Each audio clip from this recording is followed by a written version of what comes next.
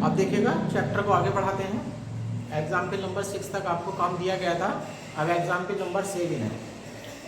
Example number 7 में है prove that the near z is equal to 1। Z is equal to 1 के पड़ोस में function log 1 plus Z square may be expanded in a series of the following. यानी कि Z is equal to 1 के पड़ोस में अगर आप कोई रीजन देते हैं तो उसमें आपको सिद्ध करके दिखाना है कि log 1 प्लस जेड स्क्वायर जो फंक्शन है can be expanded in the series of the form log 2 plus summation n is equal to 1 to infinite a n z minus 1 to the power n। अब इस series को ध्यान से देखिएगा, इस series में निगेटिव पावर नहीं है, तो ये हमारी टेलर थ्योरम हो गई। और टेलर थ्योरम हमारी तब खुलती है जब हम किसी सर्किल के अंदर किसी एनालिटिक फंक्शन को लेकर के चलते हैं। यानी कि अगर हम कोई एनालिटिक फंक्शन लेते हैं जो कि सर्किल के अंदर एनालिटिक है तो हमें अधिकार मिल जाता है कि हम जो है वो टेलर थ्योरम खोल सकते हैं। और सर्किल का जो सेंटर होता है वो जेड इक्वल टू ए होता है, क्योंकि फार्मूले में z minus a to the power n था, लेकिन यहाँ देखिएगा z minus 1 to the power n है, तो सर्किल का सेंटर आपको 1 लेना पड़ेगा। अगली क्वालिटी यही है कि फंक्शन के पूरे सर्किल के अंदर कोई ऐसा पॉइंट नहीं होना चाहिए जहाँ पर फंक्शन जो है वो एनालिटिक ना हो। And find the value of a n की वैल्यू निकालनी है। ए एन जो है वो आपका nth डिफरेंशिएशन हो जाएगा। ये बीएससी पार्ट 1 के मेथड से निकलेगी, सक्सेसिव डिफरेंशिएशन से। And principal value of logarithmic being taken, और लॉगरिथमिक की जो है प्रिंसिपल वैल्यू लेनी है, जनरल वैल्यू नहीं लेनी है, यानी कि 2n पाई का कोई रोल नहीं है। आप देखिएगा सॉल्यूशन है, लॉग के आगे अगर 0 आ जाता है तो फंक्शन इनफाइनाइट बन जाएगा, तो हमारा फंक्शन एनालिटिक नहीं होगा। तो सबसे पहले मैं सिंगुलर पॉइंट लेने वाला हूँ। F Z is equal to log 1 plus Z square. Singular points are given by 1 plus z square is equal to 0, z is equal to plus minus i। जो मेरे सिंगुलर पॉइंट हो चुके हैं वो z is equal to plus minus i हो चुके हैं। अब आप एक ऐसे सर्किल के बारे में सोचेंगे कि z is equal to i और z is equal to minus i circle के अंदर नहीं होना चाहिए, और उसका जो सेंटर है वो z is equal to 1 होना चाहिए। देखिएगा सर्किल बना रहा हूं मैं, ये सर्किल ले लेते हैं। ये ओरिजिन हो जाएगा, एक्स एक्सिस हो जाएगी, ये वाई एक्सिस हो जाएगा, ये पॉइंट हो जाएगा Z is equal to I, और ये पॉइंट हो जाएगा Z is equal to minus I, और ये हमारा सेंटर हो जाएगा जेड इज इक्वल टू 1। तो ये पॉइंट हमारा 0, -1 हो जाएगा, ये पॉइंट 1, 0 हो जाएगा, ये पॉइंट 0, 1 हो जाएगा, ये हमारी 90 डिग्री है, ये सर्किल की रेडियस हो गई, ये हो जाएगी √2। यानी कि z इक्वल टू 1 को सेंटर लेकर के और √2 को रेडियस लेकर के अगर आप कोई सर्किल बनाते हैं तो उस सर्किल के अंदर गारंटी है आपका फंक्शन जो है एफ वो एनालिटिक नहीं होगा, सॉरी फंक्शन एफ हर जगह एनालिटिक होगा, और आपको अधिकार मिल जाएगा कि आप इसमें टेलर थ्योरम खोल सकते हैं। अब ये लिख लेते हैं, Fz is analytic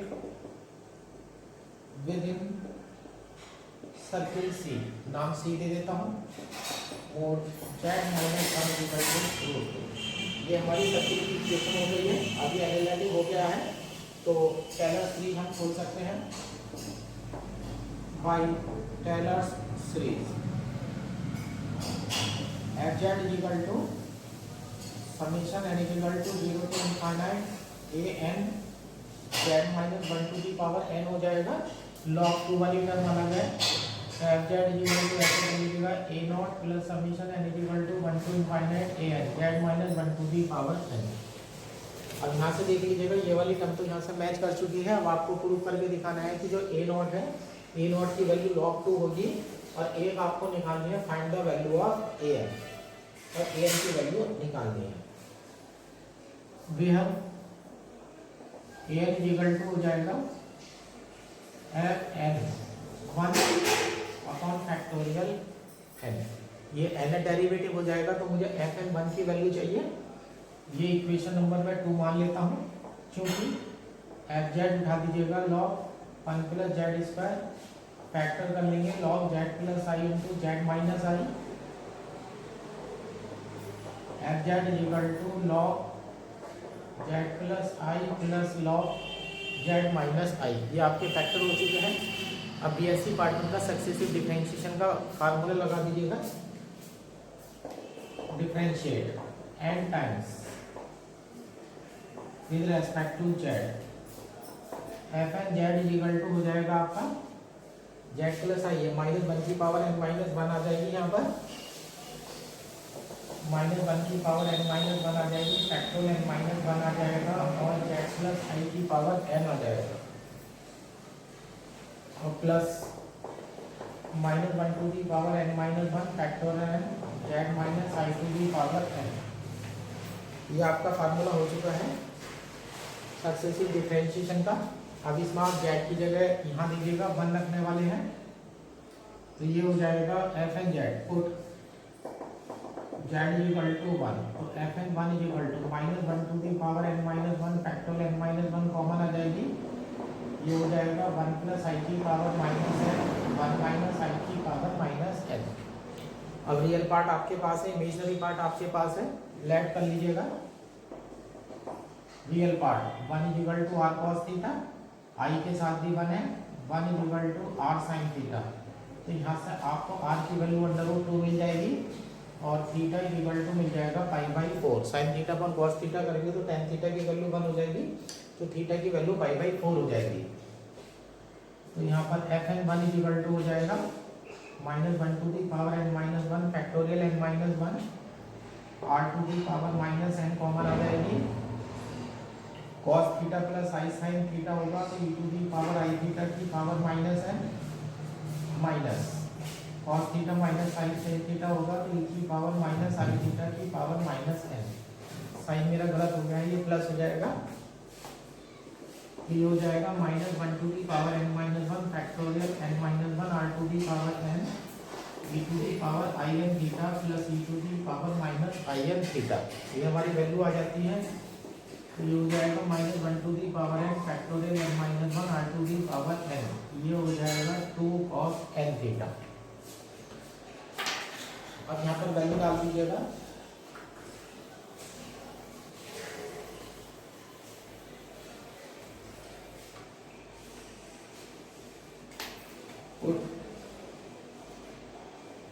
are is equal to under root two डाल दीजिएगा, theta is equal to pi by four, f N one is equal to minus one to the power N minus one और यहाँ जो है ऐसे लिख लीजिएगा n factorial N minus one और नीचे एन डाल दीजिएगा, इनटू में हो जाएगा two cos N pi by four हो जाएगा और आर की वैल्यू अंडर रूट टू की पावर एन हो जाएगी। ये फैक्टोरियल बन जाएगा, इधर ले आइएगा f N one upon factorial N minus one to the power N minus one हो जाएगा, टू की पावर एन बाई टू हो जाएगी और यहाँ दो ऊपर भी है तो ऐसे कर लीजिएगा टू की power N minus two upon two cos N pi by four by equation two A N equal to आ गया minus one to the power N minus one two to the power N minus two upon two और cos N pi by four. एक answer आपका ये आ गया है जो आपसे पूछा गया था। अब यहाँ से देख लीजिएगा, एन पड़ा हुआ है, फिर दोबारा आइएगा by equation two at N is equal to zero, ये zero is equal to N derivative खत्म हो जाएगा तो F one upon factorial zero हो जाएगा, एफ जेड की वैल्यू देख लीजिएगा log one plus Z square है तो ये हो जाएगा log one plus one upon one, A naught is equal to log two basic. इस प्रकार से आपका ये नॉट जो है वो तैयार हो जाता है। Put in equation one, equation one में f Z is equal to log two basic plus summation n is equal to one to infinite के n z minus one to the power n, they have n is equal to minus one to the power N minus one two to the power N minus two upon two और cos N pi by four. इस तरह से आपका जो question है वो पूरा हो जाता है, ये क्वेश्चन कंप्लीट हो जाता है। अब एग्जाम्पल नंबर 8 देखिएगा। एग्जाम्पल नंबर 8 मैंने लिख दिया है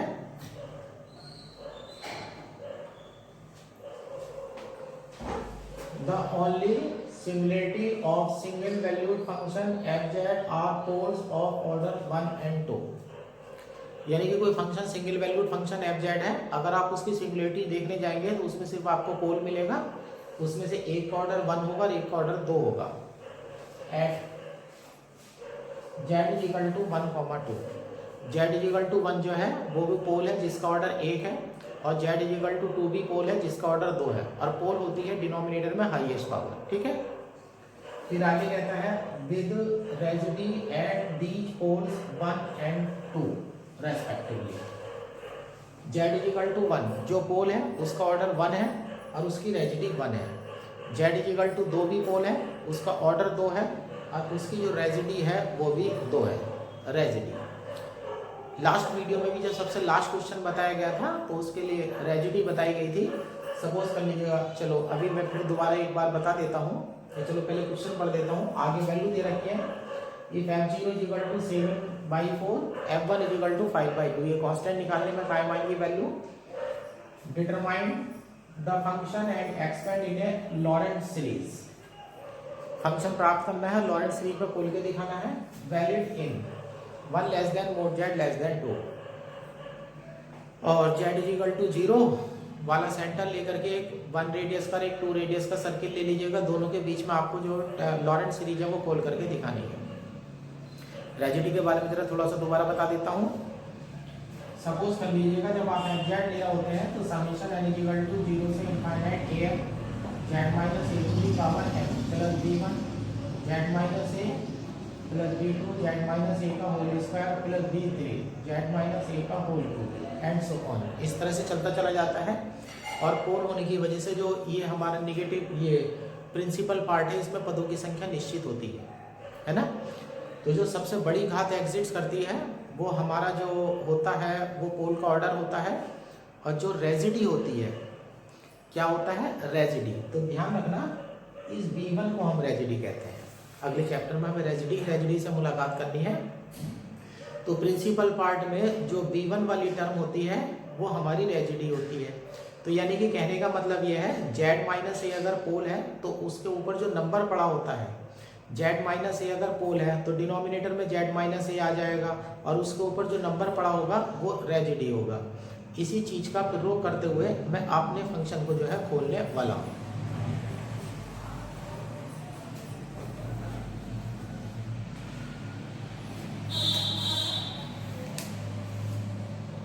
यह है principal part of f z have the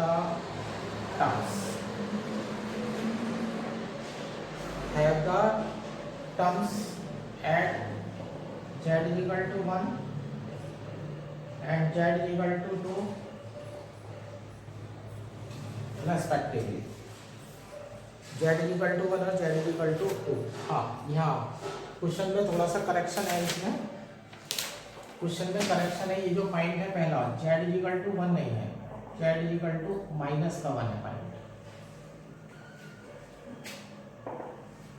principal part of the term, principal part. अब z इज इक्वल टू -1 के लिए देखिए, z इज इक्वल टू -1 है पोल, इसका ऑर्डर 1 है तो इसकी ज़्यादा से ज़्यादा 1 घात होगी, और उसकी रेजिडी जो है वो 1 है तो उसका जो न्यूमरेटर होगा वो 1 होगा। तो यहाँ से मिलेगा 1/z + 1 एंड अब z इज इक्वल टू 2 पर आइएगा। z इज इक्वल टू 2 की पोल है और उसका जो ऑर्डर है वो 2 है, तो एक टर्म वो होगी जिसके डिनोमिनेटर में z-2 होगा, और एक टर्म वो होगी जिसमें z-2 का होल स्क्वायर होगा। और रेजिडी जो होगी वो नंबर होगा जो z-2 के ऊपर न्यूमरेटर बना हुआ होगा। और z इक्वल टू 2 पर जो रेजिडी दे रखी है वो हमें रेजिडी दे रखी है 2, तो z-2 के ऊपर जो नंबर होना चाहिए वो 2 होना चाहिए। ये हो गया 2/z-2 हो गया। अब ये तो एक ही घात है लेकिन पोल का ऑर्डर 2 दे रखा है, तो एक टर्म वो भी होगी जिसमें डिनोमिनेटर में z-2 का होल स्क्वायर होगा। उसके ऊपर अपनी मर्जी से कोई कांस्टेंट टर्म डाल दीजिएगा जो हमें निकालनी होगी, प्लस z-2 का होल स्क्वायर। ये हो जाता है। तो जो हमारा प्रिंसिपल पार्ट होगा प्रिंसिपल पार्ट में ये जो टर्म होगी, ये जो हमारा एफ जेड जो खुलेगा उसमें जो प्रिंसिपल पार्ट होगा उसमें ये पद जो है उपस्थित होंगे।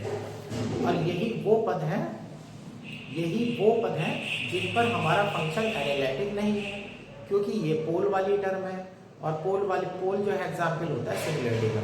तो इन पदों को हटा दीजिएगा, यानी कि एफ जेड में ये टर्म होगी, बाद में दूसरी तरफ चली जाएंगी, तो एफ जेड में से मैं इन टर्म को माइनस कर देता हूँ। तो जहाँ पर सिंगुलरिटी यानी कि पोल मिल रहा था वो पद वहाँ से हट जाएंगे और सिद्ध हो जाएगा कि मेरा फंक्शन जो है वो हर जगह एनालिटिक है। अब इसमें से ये ले लेते हैं,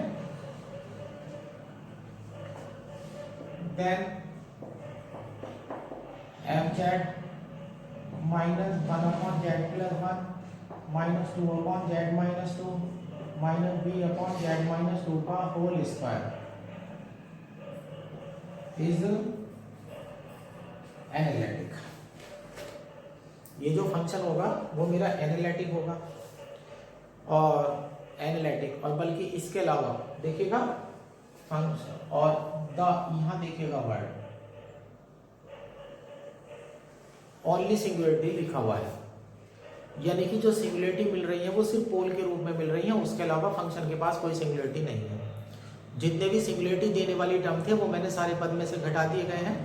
अब मेरा जो फंक्शन है वो हर जगह पूरे एंटायर कॉम्प्लेक्स प्लेन में जो है कोई भी सिंगुलरिटी नहीं रखता है। अब ऐसे लिख देंगे अब z minus 1 upon z plus 2 minus 2 upon Z minus 2 minus b upon Z minus 2 का whole square is analytic in entire complex plane. So by अब हम पीछे वाले चैप्टर की ल्यूबेल थ्योरम क्या यूज करने वाले हैं। अगर कोई फंक्शन पूरे एंटायर प्लेन में एनालिटिक होता है, यानी कि अगर आपके पास कोई ऐसा फंक्शन है जो पूरे एंटायर प्लेन में एनालिटिक है, तो ल्यूबेल थ्योरम कहती है कि उसकी जो वैल्यू होगी वो कांस्टेंट होगी। Entire complex plane, so bye ल्यूबेल theorem, so bye ल्यूबेल theorem it must be constant. तो ल्यूबेल थ्योरम के अनुसार जो ये फंक्शन हमने लिया है जो हर जगह पूरे एंटायर प्लेन में एनालिटिक है वो कांस्टेंट होगा। ऐसे मान लीजिएगा से f minus 1 upon z plus 1 minus 2 upon Z minus 2 minus b upon Z minus 2 का whole square equal to a। Constant a मान लेते हैं,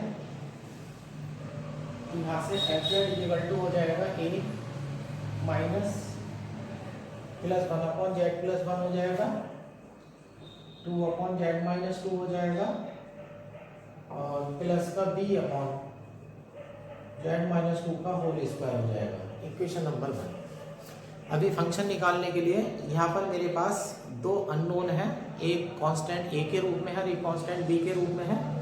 उसके लिए मुझे दो कंडीशन दी गई है जिनका मैं यूज करने वाला हूं।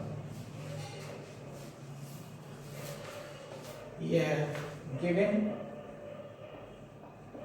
एक तो वैल्यू f0 की दी गई है 7/4 और दूसरी f1 की वैल्यू दी गई है 5/2। अब f0 की वैल्यू 7/4 है, तो यहाँ से यहाँ पर z की जगह 0 रख दीजिएगा, तो ये हो जाएगा 7/4 हो जाएगा a प्लस यहाँ 1 हो जाएगा, z की जगह 0 रखेंगे तो माइनस का 1 हो जाएगा, z की जगह 0 रखेंगे तो प्लस का b/4, ये कैंसिल हो जाएगा, तो यहाँ से हो जाएगा a plus b/4 is equal to 7/4। अब दूसरी वैल्यू देख लीजिएगा, f1 इज इक्वल टू 5/2 है, यहाँ z की जगह 1 रखेंगे तो यहाँ हो जाएगा 5/2 हो जाएगा a प्लस यहाँ 1/2 हो जाएगा, यहाँ z की जगह 1 रखेंगे तो ये माइनस का 2 हो जाएगा और प्लस b, 1 में से 2 जाएगा तो -1 का स्क्वायर तो प्लस का b हो जाएगा यहाँ पर। तो यहाँ से आपको मिल जाएगा a प्लस b मिल जाएगा, 5/2 में से 1/2 घटेगा तो 4/2 यानी कि 2 आएगा, 2 और 2 4, a plus b equal to आ जाएगा 4। आपकी ये वैल्यू आ जाएगी आपकी a plus b/4 equal to 4 हो जाएगा। यहाँ पर सॉल्व कर लीजिएगा, a की वैल्यू आपकी 1 आ जाएगी, b की वैल्यू आ जाएगी 3। पुट इन इक्वेशन 1 में डाल दीजिएगा, एफ जेड इक्वल टू ए की वैल्यू 1 हो गई है, 1/z+1 हो गया है, प्लस 2/z-2 हो गया है, प्लस 3/z-2 का होल स्क्वायर हो गया है।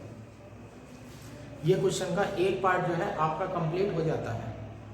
आपसे कहा गया था फंक्शन ज्ञात कीजिए, फंक्शन आपने ज्ञात कर लिया है। फिर उसके बाद उसने कहा है कि फंक्शन को खोलिएगा लॉरेंट सीरीज की हेल्प से, और उसने रीजन दे रखा है region 1 less than mod z less than 2। जो रीजन है वो 1 less than mod z less than 2 है। पीछे वाले चैप्टर में चलिएगा, जैसे लॉरेंट सीरीज खोलनी बताई थी, तो लॉरेंट सीरीज खोलने के लिए सीधा सीधा सा नियम बताया गया था कि जब आप एक्सपेंशन खोलने जा रहे होंगे तो उसमें छोटी टर्म ऊपर और बड़ी टर्म नीचे डालिएगा। अब देखिएगा f z equal to 1+1/1 z है। 1 और जेड में कंपेयर करिएगा, जेड बड़ी टर्म है और 1 छोटी टर्म है, तो छोटी टर्म ऊपर आएगी, बड़ी टर्म नीचे आएगी, तो ये 1/z हो जाएगा 1+1/z की पावर -k1 हो जाएगी। और जेड और 2 में देखिएगा 2 बड़ी टर्म है, तो बड़ी टर्म जो है वो नीचे आएगी, छोटी टर्म ऊपर आएगी, तो यहाँ से 2 कॉमन लिया जाएगा, बड़ी टर्म है तो माइनस, ये माइनस 2 से 2 कट जाएगा, 1 - z/2 की पावर -1। यहाँ से भी 2 कॉमन लेंगे तो ये हो जाएगा प्लस का 3/4 हो जाएगा, और ये हो जाएगा 1 - z/2 की पावर -2। अब इसमें हम जो है एक्सपेंशन लगा देते हैं सीधे सीधे, तो ये हो जाएगा 1+1/z, तो ये हो जाएगा पावर माइनस की 1 अल्टरनेट चलेगा, 1 - 1/z² plus 1/z³ and so on चलेगा। माइनस यहाँ साइड टर्म प्लस की आ जाएंगी, 1 प्लस यहाँ भी 1, ये माइनस आएगा, प्लस आएगा, यहाँ माइनस आएगा, यहाँ 1+z/2 आएगा, प्लस z/2 का होल स्क्वायर आएगा एंड सो ऑन। और प्लस का यहाँ 3/4 हो जाएगा। अब ये नेचुरल नंबर साथ में चलेंगे, यहाँ ध्यान रखना 1 - x की पावर -2 है, तो यहाँ पर जो नेचुरल नंबर है वो आपके साथ में चलेंगे। यहाँ पर यहाँ 1 और सारी टर्म प्लस रहेंगी, 2 × z/2 आएगा, 3 × z/2 का होल स्क्वायर आएगा, प्लस 4 × z/2 का होल क्यूब आएगा। ये हम जो है बाइनोमियल थ्योरम में खोल चुके हैं। तो एफ जेड इक्वल टू ये तो हमारा 1 बन जाता है, 1 बन जाता है, और प्लस ये हो जाता है 1/z हो जाता है, summation n equal to 0 to infinite -1 की पावर n और z की पावर n हो जाता है। अगली टर्म में हो जाता है minus summation n equal to 0 to infinite z/2 की पावर n हो जाता है, और प्लस उससे अगली टर्म में आ जाता है 3/4 आ जाता है, summation n equal to 0 to infinite आ जाता है। अब यहाँ हो जाता है n+1 और z/2 की पावर n, z/2 की पावर n। यहाँ पर ये अपनी टर्म आ जाती है। अब आप इसे यहीं पर छोड़ दीजिएगा और आपका जो क्वेश्चन है वो कंप्लीट हो जाता है। उसके बाद एग्जाम्पल नंबर 9 है, ये ध्यान रखना है। जब एग्जाम्पल नंबर 9, ये एग्जाम्पल नंबर 9 आपको होमवर्क में दिया जा रहा है। जब आप एग्जाम्पल नंबर 9 करेंगे तो आप किताब क्वेश्चन पढ़ने के बाद किताब को बंद कर देंगे और बिल्कुल एग्जाम्पल नंबर 8 की नकल मार देंगे। किताब में आप बिल्कुल नहीं देखेंगे, दोनों क्वेश्चन बिल्कुल एक दूसरे की नकल है। यानी कि मैं लिख देता हूँ example number 9 2s, example number 8। Example number 8 करने के बाद एग्जाम्पल नंबर 9 को आप नहीं देखेंगे, सीधे सीधे उसकी नकल मार दीजिएगा और आपका क्वेश्चन जो है वो कंप्लीट हो जाएगा। अब देखिएगा नेक्स्ट टॉपिक है 6.12 number of zeros and pole of a meromorphic function. Number of zeros देखने हैं एंड पोल्स देखने हैं of a meromorphic function. Last video में मैरोमॉर्फिक की फंक्शन की डेफिनेशन थी। अभी चैप्टर के शुरू में ही जो है सिंगुलरिटी की 3 टाइप, रिमूवेबल सिंगुलरिटी और इसेंशियल सिंगुलरिटी और पोल बताई गई थी। अगर कोई फंक्शन इस प्रकार से होता है कि उसके पास सिंगुलरिटी के नाम पर केवल पोल होते हैं तो ऐसा फंक्शन जो है वो मैरोमॉर्फिक फंक्शन कहलाता है। बात जीरो की भी हुई है, फंक्शन के जीरो से एनालिटिक होने में कोई प्रॉब्लम नहीं होती, प्रॉब्लम तो जो है सिंगुलरिटी से होती है और सिंगुलरिटी का एक टाइप पोल होता है। तो मैरोमॉर्फिक फंक्शन वो फंक्शन होता है जिसके पास सिंगुलरिटी के नाम पर सिर्फ पोल होते हैं, बाकी और किसी टाइप की सिंगुलरिटी उसके पास नहीं होनी चाहिए। अब स्टेटमेंट देखिएगा, if fz is analytic with in and on closed contour C, function जो है एनालिटिक है अंदर भी और क्लोज कंटूर C पर भी, एक्सेप्ट, लेकिन कुछ बिंदु छोड़ दीजिएगा, at a finite number of poles, हर जगह एनालिटिक है परंतु कुछ बिंदुओं को छोड़ करके, वो पोल्स हैं। पोल के अलावा और किसी टाइप की सिंगुलरिटी नहीं है यहाँ पर, पोल के अलावा किसी तरह की जो है सिंगुलरिटी यहाँ पर उपस्थित नहीं है, और इनको जो है पोल पर जो है फंक्शन को हमारा खतरा होगा। And has no zero on C, और यहाँ पर एक बात ध्यान रखिएगा, लिखा हुआ है has no zero on C, boundary C पर कोई जीरो नहीं होना चाहिए, तो बाउंड्री C पर कोई जीरो नहीं होगा, परंतु अलग जो अंदर जो है जीरो होने की कोई मनाही नहीं है। देन द फार्मूला है 1/2 pi integration C f(z) upon fz dz equal to n-p। यहाँ पर n-p लिखा हुआ है, जो कैपिटल N है ये नंबर ऑफ जीरोज हैं और कैपिटल P जो है वो नंबर ऑफ पोल्स हैं। और एक मजे की बात और है, जैसे मान लीजिएगा, सपोज कर लीजिएगा आप जो कैपिटल N है वो सारे जीरो का टोटल निकल करके आएगा। मान लीजिएगा कोई जीरो है जिसका ऑर्डर 5 है, थोड़ी देर के लिए मान लीजिएगा, तो उसे 5 बार काउंट करना है। मान लीजिएगा कोई पोल है जिसका ऑर्डर 6 है, तो उसे 6 बार काउंट करना है। तो इस तरह से सारे जीरो को जब जोड़ करके लाएंगे तो वो संख्या कैपिटल N कहलाएगी, और सारे पोल को जब जोड़ करके लाएंगे तो वो संख्या कैपिटल P कहलाएगी। देखना, where N is the number of zeros and P be the number of poles of fz in domain D. Each zeros or pole of any order n being counted as m. Zero हो या पोल हो, अगर उसका order m है तो being counted as m, तो उसे m बार count करना है। जीरोस और पोल एज द केस में भी, चाहे वो जीरो का केस हो या पोल का केस हो, है ना। अब देखिएगा, सॉल्यूशन करने के लिए मैंने यहाँ पर डायग्राम बना दिया है। मेरे पास एक क्लोज कंटूर C है, और जो पहले नोट पॉइंट लिखाया गया था, नोट नंबर 1 और नोट नंबर 2, जितने भी जीरोज होते हैं वो आइसोलेट होते हैं, जितने भी पोल्स होते हैं वो सारे के सारे आइसोलेट होते हैं। यानी कि all zeros and poles of a function are always isolated. और आइसोलेटेड वो होते हैं जिनके बीच में अड़ोस पड़ोस में कोई दूसरा पोल अगर आइसोलेट है तो अड़ोस पड़ोस में दूसरा कोई पोल नहीं होगा।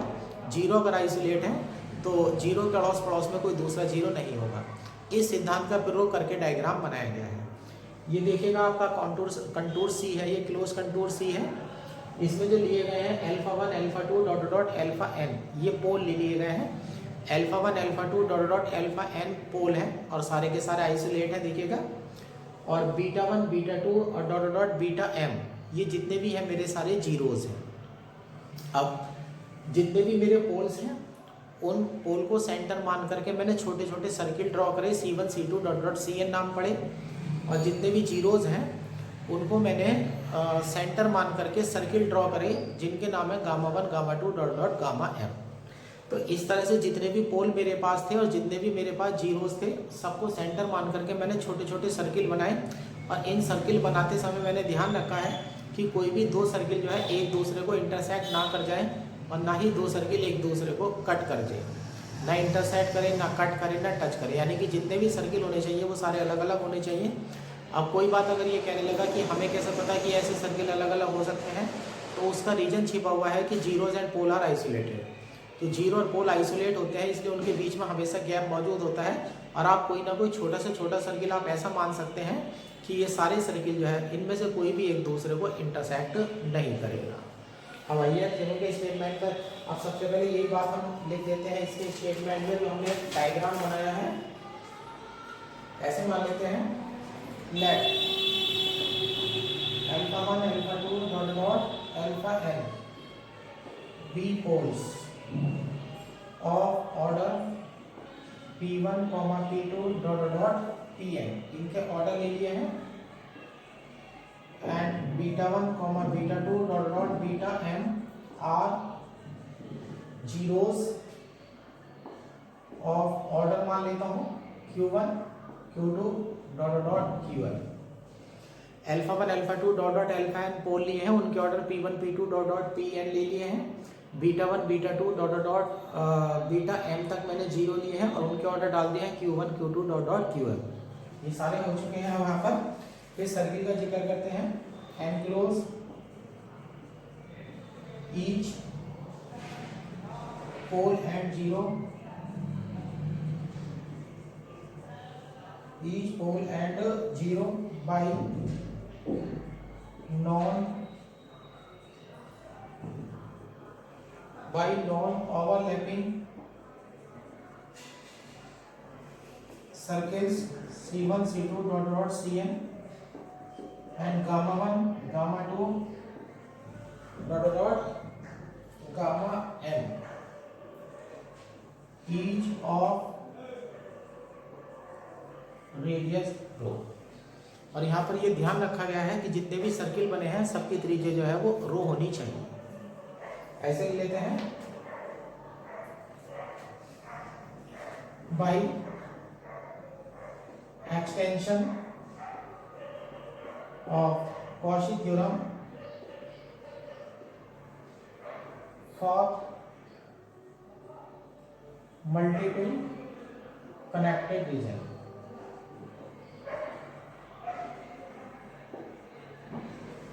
अब हम पीछे वाले चैप्टर में जाकर के कॉची थ्योरम लगाने वाले हैं मल्टीपल कनेक्टेड रीजन के लिए। ये है तो ये हो जाएगा 1/2 पाई आई integration C F dash Z upon F Z D z. जो कॉची थ्योरम थी उसमें सिर्फ ऊपर एफ जेड था, यहाँ पर f dash Z upon F z उसकी जगह डाला जा रहा है, तो सब जगह डलता चलेगा। इक्वल टू यहाँ डाल दीजिएगा summation r equal to 1 to n 1/2 pi I integration में सी आर डाल देते हैं f dash Z upon F Z D z डाल देते हैं। देखिएगा समीशन आर से 1 तक आ गया है ना, तो सारी सी वाली circle C1 C2 dot dot Cn आ गए, प्लस अगले में डाल देते हैं s equal to 1 to m 1/2 pi I integration gamma S F dash Z upon F z t z. Equation number 1। Equation number 1 आ चुकी है। अब इसमें मैं वैल्यू रखने वाला हूं।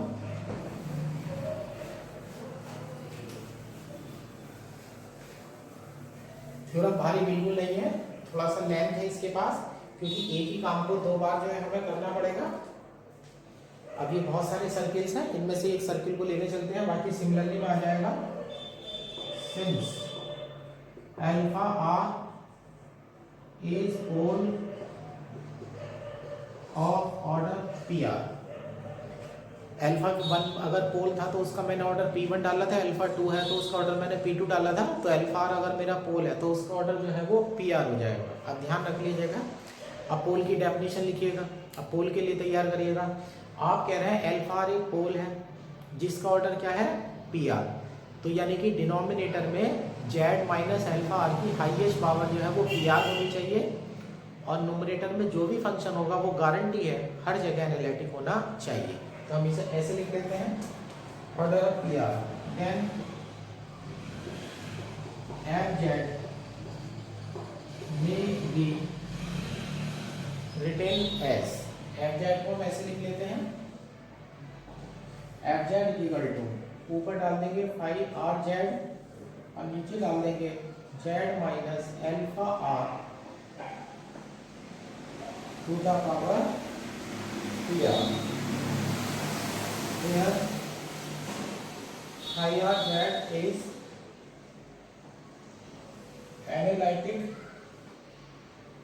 and non-zero at Z equal to alpha।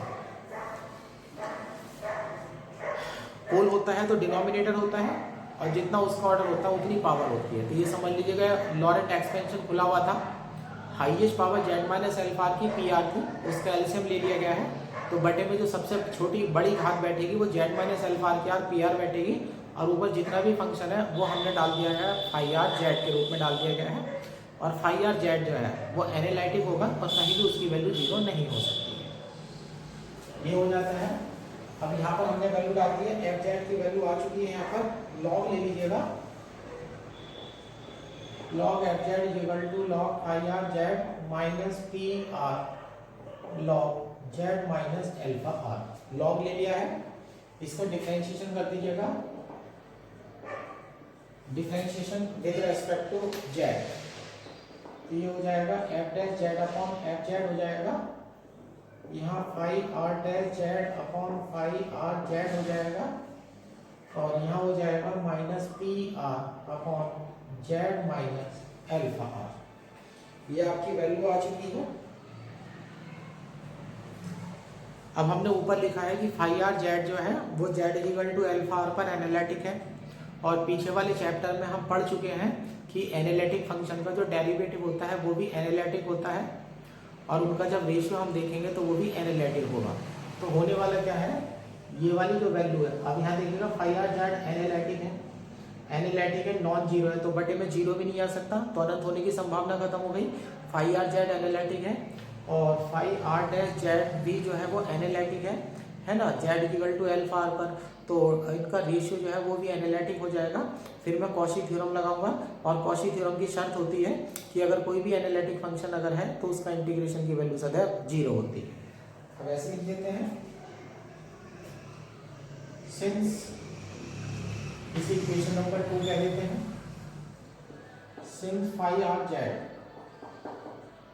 is analytic at z is equal to alpha and phi r alpha r is not equal to 0, then phi r dash z and so phi r dash z upon phi r z is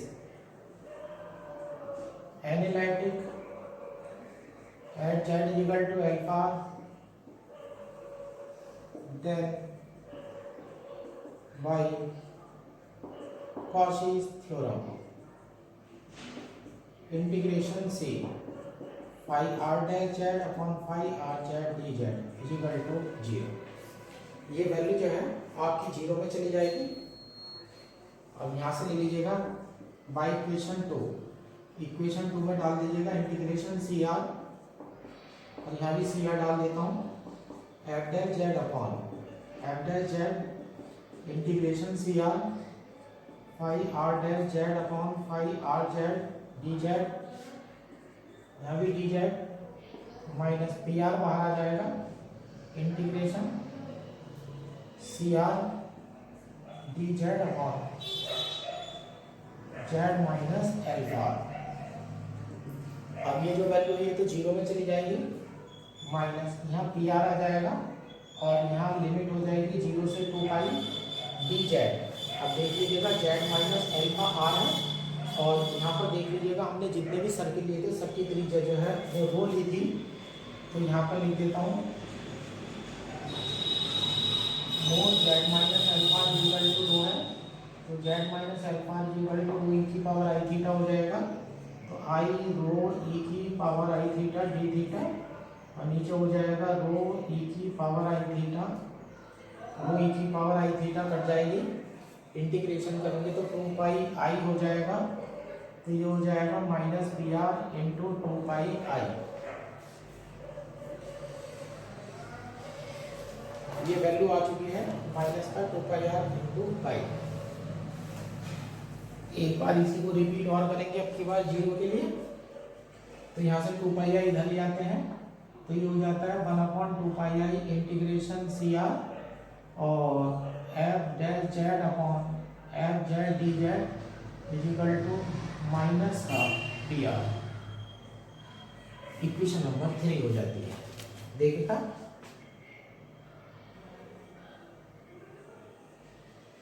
ये वाली term हम बना चुके हैं। अब zero की तरफ चलिएगा, इक्वेशन नंबर 1 में जो दूसरी टर्म बनी हुई है उस टर्म की बनाने की तैयारी करते हैं। अब की बार दूसरी तरफ गामा एस लिखा हुआ है, वो जीरो है। जीरो तब बनता है जब डिनोमिनेटर हो, तो इसी चीज को आप रिपीट करेंगे, लेकिन पोल था तो डिनोमिनेटर था ना, अब इस वैल्यू को न्यूमरेटर में ले जाइएगा। ऐसे ले लेते हैं since beta S is zero of order QS, then FZ may be written as FZ is equal to 0 है तो न्यूमरेटर में डाल दीजिएगा Z minus B dash, Z minus B dash डाल दीजिएगा। इसका ऑर्डर आप QS कह रहे हैं तो पावर में QS होना जरूरी है, और इनटू का फंक्शन बदल दीजिएगा, आप कर दीजिएगा साई एस और ब्रैकेट में डाल दीजिएगा Z। अब साई एस Z जो फंक्शन होगा वो एनालिटिक होगा और ये 0 नहीं हो सकता, क्योंकि अगर ये 0 है बी डैश रखने पर अगर ये 0 आ जाएगा तो इसका मतलब आपने ये घात गलत ले रखी है, अंदर से भी Z माइनस बी डैश की कोई घात निकलनी चाहिए, तो आपके ऑर्डर की डेफिनेशन जो है वो गलत हो जाएगी। ये ले लेते हैं, भैया Sai S Z is analytic and non-zero at Z is equal to beta S.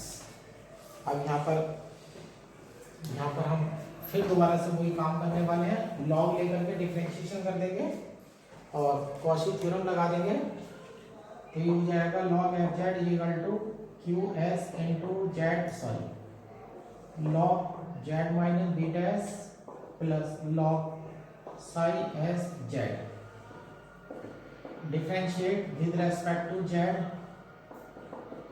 F dash Z upon F Z is equal to Q S upon Z minus beta S plus psi S Z Z upon psi S Z. अब फिर वो procedure कर दीजिएगा, integration कर लेते हैं। Integration circle का नाम डाल दीजिएगा यहाँ gamma S, F dash Z upon F Z D Z is equal to Q S, circle का नाम गामा एस और D Z upon Z minus beta S, integration gamma S psi H dash Z upon psi H Z D Z. फिर उसी तरह से ले लीजिएगा, इसके साथ भी जिस तरह से फाई के साथ कंडीशन अप्लाई हुई थी उसी तरह से फाई के साथ ये कंडीशन अप्लाई हो जाएगी, तो ये हो जाएगा क्यू एस हो जाएगा लिमिट 0 से 2 पाई हो जाएगी आई रो ई की power I theta D theta हो जाएगा, और ये रो ई की power I theta D theta, ये कैंसिल हो जाएंगे और प्लस 0 ब्रैकेट में लिख देते हैं बाय कॉची थ्योरम। अब दोबारा मत लिखिएगा, क्योंकि जिस तरह से रूल पहले अप्लाई हुआ था उसी तरह से रूल जो है अब अप्लाई हो रहा है। अब इंटीग्रेशन करके 2 पाई आई आ जाएगा, इधर आ जाएगा 1 upon 2 pi I integration gamma S F dash Z upon F Z D Z is equal to ये वैल्यू आपकी क्यू एस आ जाती है। ये इक्वेशन नंबर हो गई है 4। अब लास्ट लाइन ले लेते हैं,